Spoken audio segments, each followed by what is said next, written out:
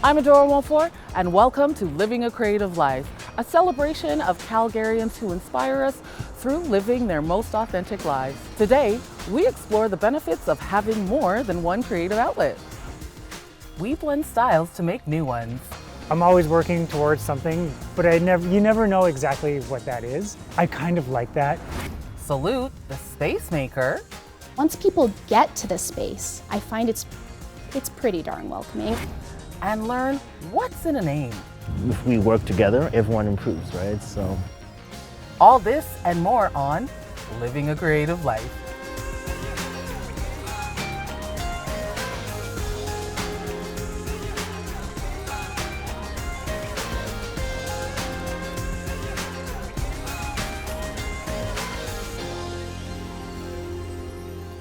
Let's take a peek behind the paint of an artist who found his own unique style through a love of nature and by blending mediums. I've been an artist ever since I can remember, since I was a little kid. Because I've been a graphic designer, I've been a painter, I've been all of these different things, and I enjoy each one. I had to find a way to incorporate all of them into my work. The end result is this immersive kind of experience that you get on canvas. Is there anything that you prefer to do, or is the sweet spot mixing all of them? That's a really good question. I need to describe these things that I'm feeling, and I don't know how to put it into words, but I can do it visually with the help of the computer, the camera, and the paint combined. The most important thing is that I'm sharing the way I view the world with other people, and I think that's the most important part for me.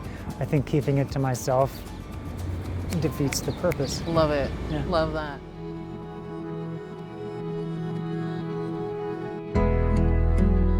We are downtown Calgary, and so I want to know how this beautiful mural got into this spot. At this mural, I was asked by TrioVest. They wanted me to tell the history of this building and the history of Calgary and the future of Calgary, us moving forward together, onward and upward, and that's what the bird up in the corner symbolizes. So I'm always trying to find a way to incorporate nature. I love doing murals. It gets me out of the studio.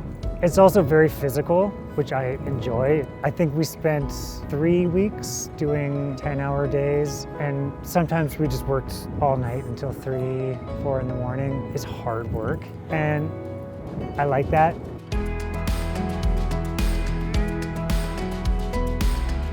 So there's a lot of history in this mural. I want to know what it means to you to live creatively. I think it's really important to be able to express yourself creatively. That feels like the most meaningful thing I can be doing with my life, and I think that I'm really lucky to be able to do that. Is the dream project that I always wanted to be doing, which is making artwork every day and sharing it with people, and not knowing what's going to happen tomorrow or next month or the following year. I think that working towards something better every day is the dream for me.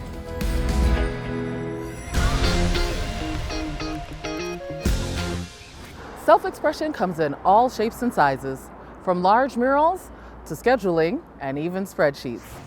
Today, I am honored to talk to the Poetry Slam master, Babs Penhale. Babs, what's a slam master? A slam master is really just that person, we run a poetry slam. It's a big event where people come, they compete with their poetry. It's 10 poets, 3 minutes limits each. We do actually have judges who are in place. There's 3 teams of judges. I'm that person who's there to help make sure the rules are followed, timing is happening, just help create that space and make sure it stays safe for the people who are in attendance. It's definitely a passion project.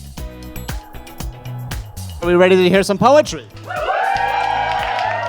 Please give it up for our first open micer, Ariana!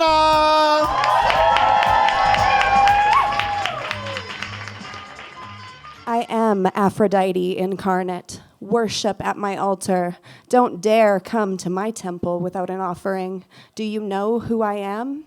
Don't dare forget. Now that I've remembered, I will accept no less.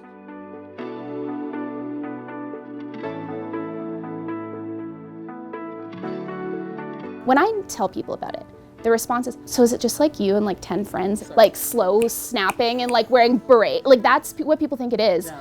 And it's not. It's a subset of spoken word. It's 100 people in a bar, drinking, having fun, laughing, crying. And you see a real variety of poets, different styles, different experience levels. And it's so great to see that variety in this space. It's hard to just get people to understand it's here, it's in town, it's available, it's every single month. But once they do, usually they stick around.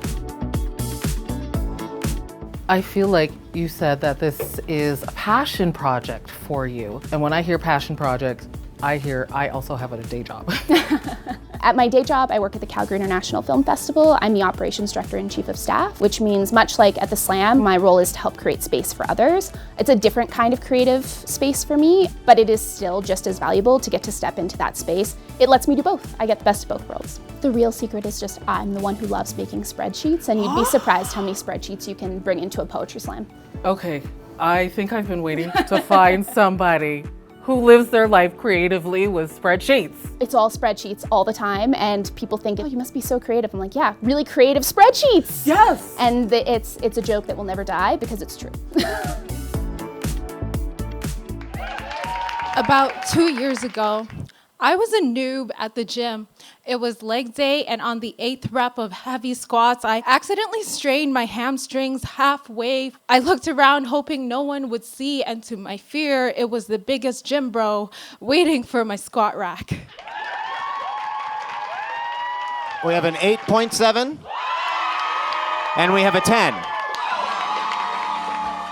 We track your scores throughout the year, and if you're a top scoring poet at the end of the year, we will send you to nationals. So we use the cover people pay to get into the slam. It pays to send a poet to nationals, and getting to create that moment for them is really special. When I started in poetry, it was because I was a young person who was going through a hard time and had a lot I needed to say. And that space was created for me. There was an opening for me to do that in a safe and healthy and positive way. All I want to do now as a slam master is do that for other people. It's always a Monday, so it's a little variable. It's usually the first or second Monday of the month. The doors are at 6:30, sign up opens at 7, slam itself starts at 7:30. You don't need the perfect scenario to come, and you don't need to be a poet to come. You can come just watch. Come watch, and then slowly I'll convince you to perform.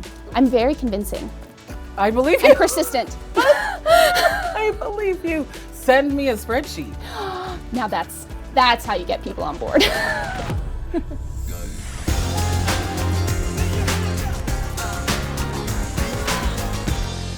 Does having more than one creative outlet improve the other? We talk inspiration, variety, and the importance of artistic community access with Kay the Chosen. Kay the Chosen. Dora. Tell me about the name. So it comes from a name that my mom gave me. When my mom was pregnant with me, she wrote a letter to me while I was still in her womb, just saying, you know, I'm excited to meet you, you're gonna do great things, and it was addressed to Ketwe, that was going to be my name. So that's a Zambian name that means the chosen one, but it also happens to be a girl's name. So when she found out I was a boy, she was like, we need another name for this guy. So she just kind of put it in an envelope. When I left for university, she gave it to me and said, hey, you know, when you're ready, read it. So I came here to Canada, just feeling a lot of doubt, just homesick, just not feeling the art I was doing, and I was feeling very lost. And I was like, you know, this sounds like a good time to read that letter. So I opened that envelope and I'm reading this thinking, if you have all this faith, how can I be doubting myself? I made it all the way to the land of the snow. So I'll just take the K and then the translation, the chosen one. The chosen one sounded a little pretentious. So I was like, well, remove the one and K the chosen. Pick up the pieces, play your part. Protect your nieces and their hearts. Predators lurk in the dark. Don't love it 3000, I missed the start. I am your friendly neighborhood rapper, which means I'm here for the community and I love to spin words. And so that brings me to, why are you creative? Why are you the friendly neighborhood rapper? Yeah, nailed it. So for me, I love comic books. A lot of them tend to be superheroes, so they've got like two identities. You've got Spider-Man, you've got Peter Parker.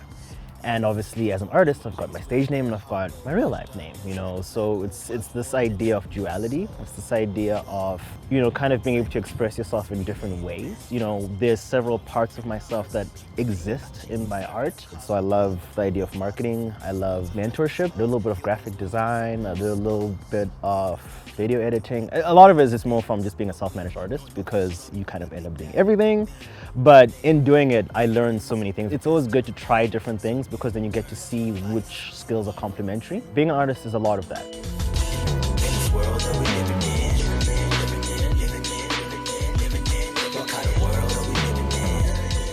You said that you struggled a little bit when you came from Zimbabwe. Tell me a little bit more about that and how that has influenced your rap. I started listening to more music from home. I started thinking more about what it meant to be an immigrant. And it led to me writing this project that talked about kind of my journey. So I performed this song and like literally people crying, like, oh my God, that's my journey. I felt like, yeah. All art disappeared. Living in that world would be kind of weird. Limited expression. Making music, it's that release for myself, but also knowing, hey, if one person hears this and feels seen and understood, then I think I've kind of made my contribution to the world. Almost like the struggle allowed me to reach into myself and then share that, and in sharing that, connect with people. That's just a glimpse at how rewarding it can be when you have a number of passion pursuits and creative outlets. See you next time on Living a Creative Life.